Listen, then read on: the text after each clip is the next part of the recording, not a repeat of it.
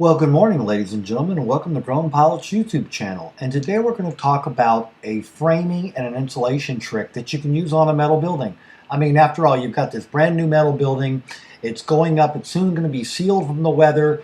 You're going to have doors and windows in it, and you're going, now, I wish I had some insulation. But it's metal. You just can't staple insulation to that. So what we did was we worked out a system that we went between the girts and the ground and the purloins and the ceiling.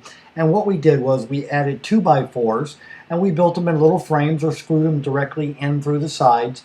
And we built up these 2x4s on center of 16 inches, and then we did that for like an entire wall. And then once we had all that done, we would come back and we would start filling those cavities with the R30 insulation, because after all, the 2x4s, you can see, are sitting in a 9-inch cavity, so we might as well put that full of insulation, and then we won't need a lot of heating and cooling to keep the building cool. So that's what we did. We ended up stapling the insulation to all those vertical studs that we had secured to the metal. And then after you get all the insulation in place, well, before you do that, you'll do all your wiring, which we'd already done. But as you can see, you put everything together and then you begin covering with OSB. Now we chose OSB that was going to be painted white over sheetrock, because that way if you hit it, you don't have a hole in the wall. You can also put a screw anywhere you want.